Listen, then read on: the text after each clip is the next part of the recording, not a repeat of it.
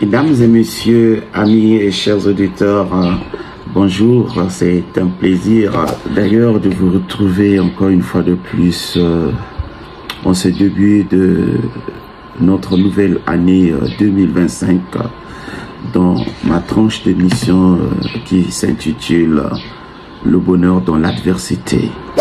Et comme vous le savez vous tous, le bonheur dans l'adversité, c'est une émission, n'est-ce pas, chrétienne, qui vous donne les clés essentielles pour vous permettre à surmonter les difficultés qui se présenteraient sur le chemin de votre destinée. Ce matin, je fais cette vidéo afin de répondre à une question qui m'a été posée par une personne qui cherchait à savoir comment transformer les bénédictions proclamées en réalité tangible dans la vie des gens. Je crois que c'est une question d'actualité parce que c'est vrai, lorsque nous arrivons en fin d'année, beaucoup de gens vont prier, n'est-ce pas? Et ils reçoivent en retour des déclarations faites des hommes de Dieu. Mais lorsque ces mêmes personnes entrent dans une nouvelle année, nous constatons une chose alarmante, c'est que parfois ces bénédictions déclarées sont loin d'être une réalité. Alors en ce moment-là, qu'est-ce qu'il faut faire? C'est normalement l'objectif de cette vidéo. Peut-être tel est votre cas. Et laissez-moi vous dire, c'est vrai, les bénédictions déclarées sur une personne seule ne suffisent pas. C'est pourquoi j'aimerais donner ici quelques conseils qui vont peut-être vous aider à faire en sorte que toutes les paroles de bénédiction que vous avez reçues soient transformées en réalité tangible dans votre vie. Pour que les bénédictions proclamées deviennent une réalité dans la vie des gens, il est important de combiner la foi avec des actions concrètes. Voici quelques conseils que j'aimerais donner à toutes ces personnes-là. Mon premier conseil, c'est la prière. Prendre du temps pour la prière. Bien-aimés de Dieu, laissez-moi vous dire que la prière est essentielle pour établir une connexion avec Dieu et pour demander sagesse et force surtout nécessaires pour apporter des changements dans votre vie. Ça, c'est la première des choses. Donc, vous devez cultiver en vous une vie de prière. Cela peut prendre du temps, mais vous devez vous exercer à la prière. Oui, c'est dans la prière que vous allez demander sagesse et surtout la force nécessaire pour changer toutes ces paroles proclamées sur vous en une réalité tangible dans votre vie. Et mon deuxième conseil que j'aimerais donner à tout ce monde qui veulent voir les bénédictions proclamées à l'église deviennent une réalité dans leur vie, doivent établir des objectifs clairs. Vous savez, Bartimée se trouvait devant Jésus. Pourtant, Jésus savait qu'il était aveugle. En dehors du fait qu'il soit aveugle, l'aveugle Bartimée avait peut-être aussi un problème d'argent, de vêtements. Mais Jésus voulait pousser Bartimée à viser un but clair et précis. Parce que finalement, quand on n'a pas un but clair et précis dans sa vie, finalement, on ne sait pas ce que l'on veut. Il y avait plusieurs choses que Jésus pouvait donner à Bartimée. Mais Jésus a cherché à savoir en posant la question à Bartimée, que veux-tu que je te fasse? Et ce dernier lui répondit que je recouvre la vue. Donc, vous voyez, son problème ne se situait pas au niveau de la nourriture, au niveau de l'argent, mais son problème se trouvait au niveau de la vue. Et Jésus lui a dit une chose importante. Va, ta foi t'a sauvé. Et automatiquement, l'aveugle Bartimée a été guéri. Il pouvait voir parfaitement. Et donc, si sa demande a été exaucée, c'est parce que Bartimée venait là d'établir un but clair et précis.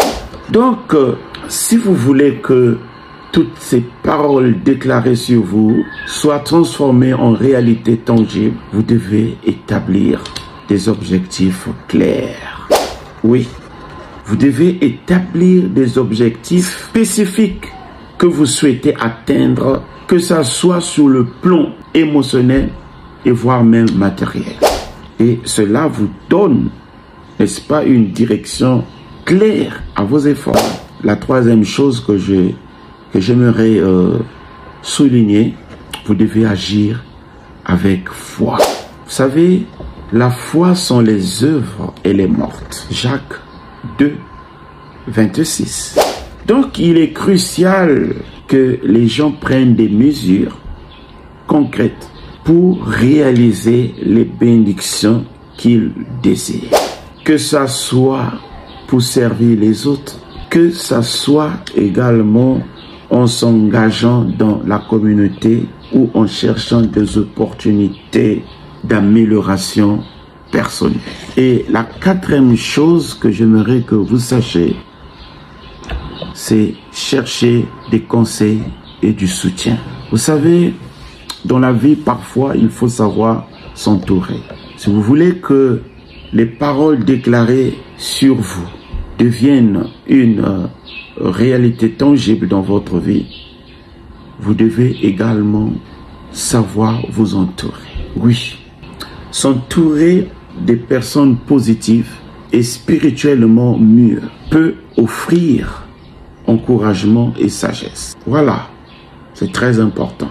Donc, le soutien des uns des autres sur le plan spirituel ou sur le plan émotionnel, parfois matériel, peut nous aider également. C'est très important. Malheureusement, les gens qui évoluent parfois seuls s'enfoncent eux-mêmes et finissent par détruire leur destin. Et enfin, la cinquième chose que j'aimerais souligner avant de terminer, c'est être patient et persévérant. La patience et la persévérance sont deux choses cruciales qui peuvent faire en sorte que les paroles proclamées sur nous soient transformées en réalité tangible que tout le monde peut voir.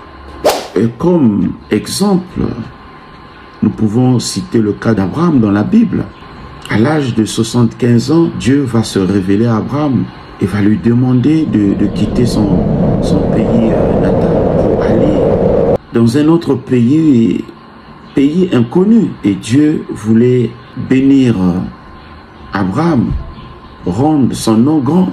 Est-ce qu'Abraham avait-il obéi à tout ce que Dieu lui avait dit? Lorsque nous lisons intégralement Genèse chapitre 12, nous pouvons affirmer avec force que oui, Abraham avait obéi. Il est parti, lui, sa femme, son neveu Lot, et autour de lui des serviteurs qui l'accompagnaient dans cette mission, dans un pays inconnu.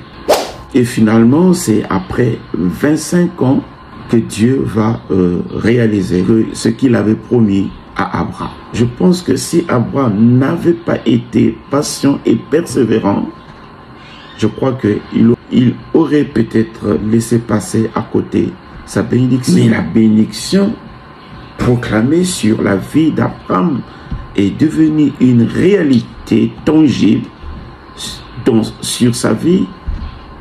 C'est tout simplement parce que Abraham a fait preuve de patience, mais aussi de persévérance dans sa vie. Donc, la patience et la persévérance représentent une clé cruciale qui peut faire en sorte que les paroles ou les bénédictions proclamées sur nous soient transformées en réalité tangible dans notre vie. Et enfin, pour terminer, j'allais aussi dire qu'il faut réfléchir aux enseignements bibliques. C'est en méditant sur les passages comme celui de Jérémie 29, 11. Ces genres de passages réconfortants peuvent nous aider dans notre foi pour atteindre nos différents objectifs, pour changer, si vous voulez, toutes les bénédictions proclamées sur nous en une réalité tangible que les gens peuvent voir. Et dans la parole de Dieu, il y a plusieurs versets bibliques réconfortants qui peuvent nous aider dans ce sens-là. C'est pourquoi il est important de réfléchir dans la prière à ces différents versets bibliques. Et cela peut nous donner des ressources spirituelles nécessaires pour nous permettre d'atteindre nos objectifs. C'est de cette manière que vous serez capable de changer les bénédictions déclarées ou encore proclamées sur vous en réalité tangible dans votre vie. Si vous avez aimé, alors profitez-en une fois de plus. Que Dieu vous bénisse. Ciao.